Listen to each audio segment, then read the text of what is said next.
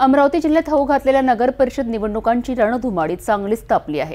जिल्ह्यातील 12 नगर परिषदांपैकी 6 ठिकाणी काँग्रेसचे नगराध्यक्ष बसणार असा ठाम दावा जिल्हा काँग्रेस कमिटीचे अध्यक्ष बबलू देशमुख यांनी केला आहे। याच दरम्यान अचलपूरमध्ये काँग्रेसकडून मोठी राजकीय मोहीम राबवली जात आहे। 2016च्या निवडणुकीत अल्पमताने पराभव पावलेल्या अचलपूरमध्ये यावेळी काँग्रेसला विजय मिळवून देण्यासाठी खासदार बळवंत वानखडे स्वतः रस्त्यावर उतरले आहेत। त्यांनी शहरातील विविध भागात झंझावती दौरा करून बौद्ध समाजासह सर्व मतदारांशी संवाद साधत काँग्रेसच्या उमेदवारांच्या पाठबळासाठी आव्हान केले आहे।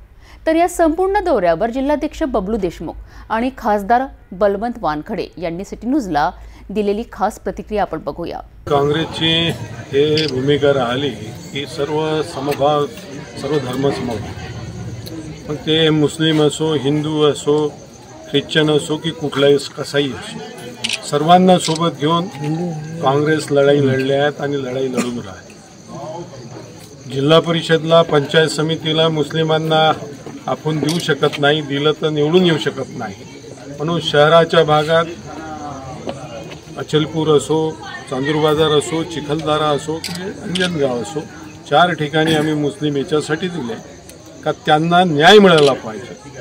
कारण ते फक्त मत टाकायची मशीन नाही, त्यांना न्याय देऊन कुठेतरी प्रतिनिधित्व द्यायला पाहिजे, ही काँग्रेसची भूमिका आहे। कारण काँग्रेसजवळ सर्व स्तराचे उमेदवार आहे। हा जो नालायक प्रचार, नालायकपणाचा प्रसार यांनी जो केला, एका काळी त्यांनाच पाया पडून, मुसलमानाच्याच पाया पडून ही बाया निवडून आली, खासदार झाली आणि 2 महिन्यात मोदीसोबत निघून गेली। म्हणून तीच आता हिंदुत्वाच्या गोष्टी करून राहिले।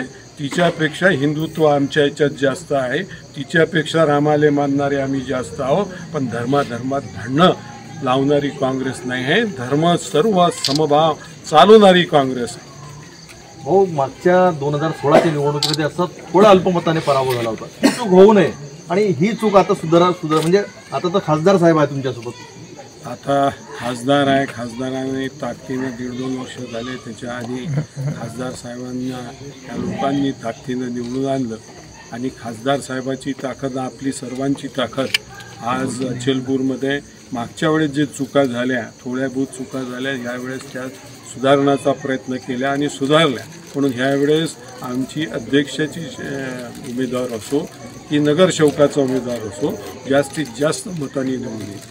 या ठिकाणी एक MIMचा सुद्धा कॅन्डिडेट मैदानात आहे, कुठेतरी मतांचं विभाजन होईल का यावर? नाही, MIMचा कॅन्डिडेट म्हणजे हा BJPनं केलेला उमेदवार आहे, BJPची बी टीम आहे, त्याला मतदान देणं, मुस्लिमनी त्याला मतदान देणं म्हणजे सरळ BJPला दिलं तरी चालेल, म्हणजे त्याला मतदान म्हणजे BJPला मतदान, या हिशोबानं लोकांच्या डोक्यात आहे।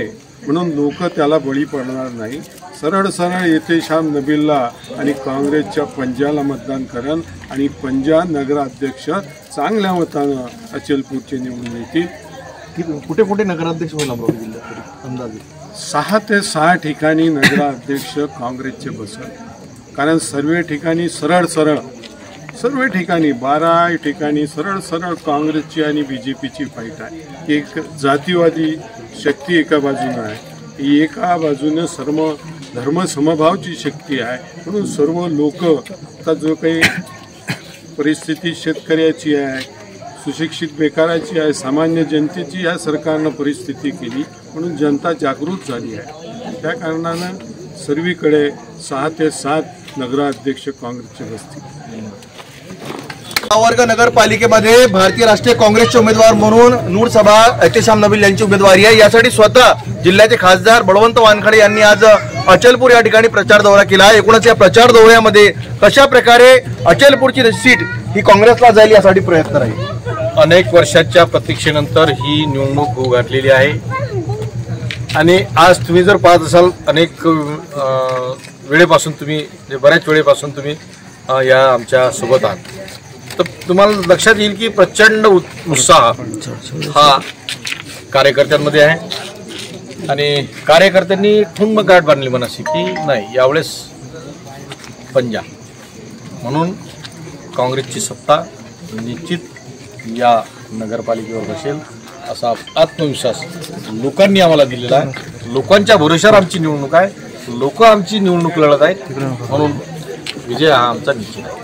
अचलपूर नगरपालिकेला खासदार निधी सुद्धा मोठ्या प्रमाणात उपलब्ध करून देणार. निश्चित खासदार आतापर्यंत मी खासदारकीच्या माध्यमातून कामं केलीच, यानंतरही जास्तीत जास्त कामं करण्याचा प्रयत्न नगरपालिकेने. एक शेवटचा प्रश्न, ज्या प्रकारे आज रवी राणा यांनी वक्तव्य केलं होतं की बाबा काँग्रेसला उमेदवार भेटले नाही, परंतु मुस्लिम उमेदवार जास्तीत जास्त उतरवले मैदानावर, याचं काय प्रतिक्रिया?